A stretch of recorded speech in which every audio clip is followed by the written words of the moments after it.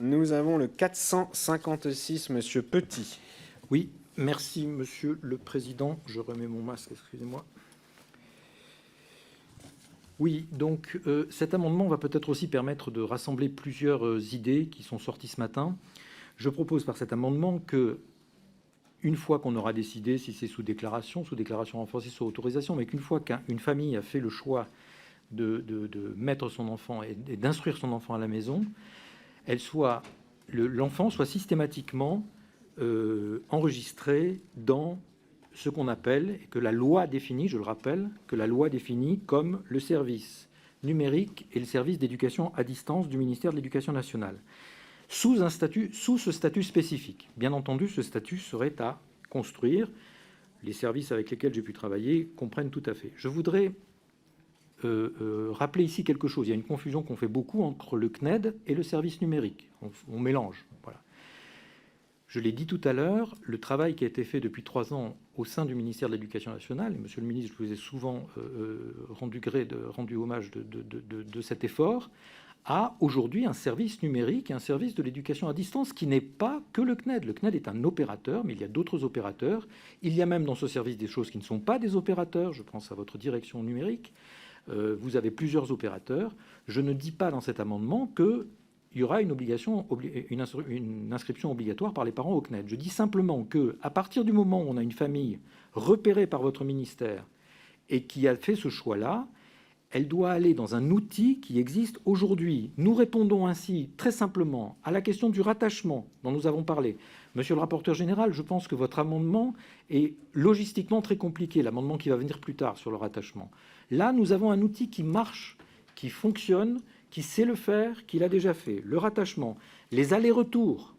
Le CNED a des formations et d'autres services de ce service général a des formations, par exemple, je pense à la scolarité complémentaire internationale. C'est-à-dire, je ne suis pas scolarisé dans le système français, mais j'ai une petite relation avec l'éducation nationale, très bien organisée, très bien faite, qui me permet, si je rentre en France, immédiatement de revenir et qui ne m'a pas pris beaucoup de temps. Merci. Le rattachement, je finis, monsieur le Président. Rapidement. La sécurité, l'INE, le numéro. Monsieur le ministre, je sais que dans quelques semaines, peut-être, ce service sera capable de donner un INE à ses enfants. Je crois que là, en plus, le CNED sait faire, y compris sur ce que j'appellerais le pré-contrôle. On parle beaucoup de contrôle. Merci. Le CNED est un très bon repéreur de signaux faibles, de la fatigue de la famille, etc. Je crois qu'ici, on vous redonne la main. La loi encadre avec une phrase très simple. Vous avez décidé de faire l'éducation en famille, vous dépendez d'une DAZEN et vous dépendez de notre service. Merci, monsieur le député. Madame la rapporteure. Oui, merci, Monsieur le Président. Merci, chers collègues, pour votre amendement. D'abord, merci pour vos propos sur le CNED, souvent méconnu et qui a été une ressource précieuse pour la continuité pédagogique, notamment.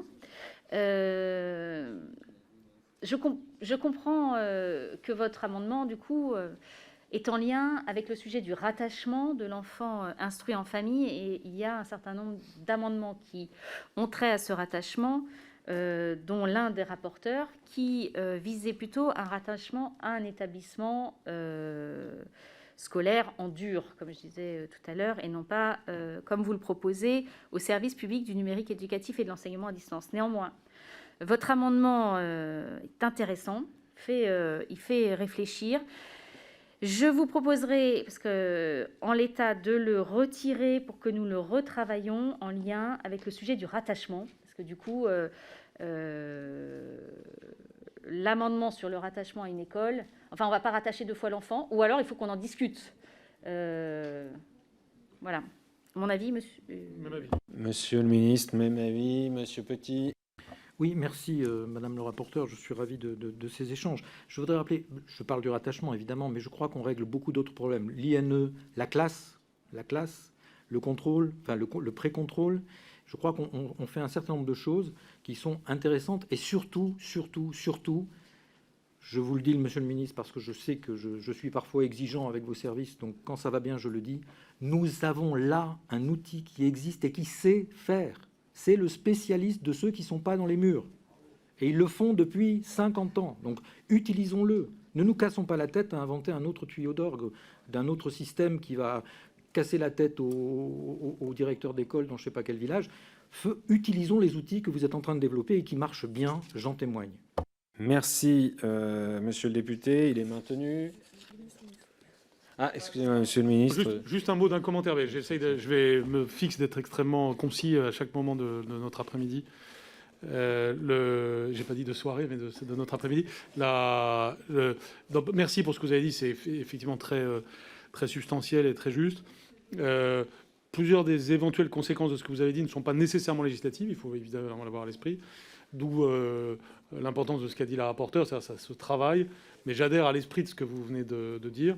Et en effet, merci de souligner ainsi l'importance de ce qui se joue à Poitiers en ce moment, entre CNED, Canopé et d'autres institutions, pour avoir une vision un peu puissante et organisée du numérique éducatif français.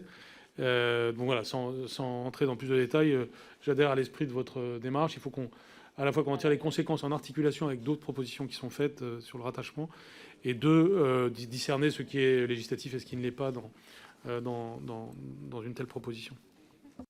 Je retire mon amendement, monsieur le Président. L'amendement est retiré.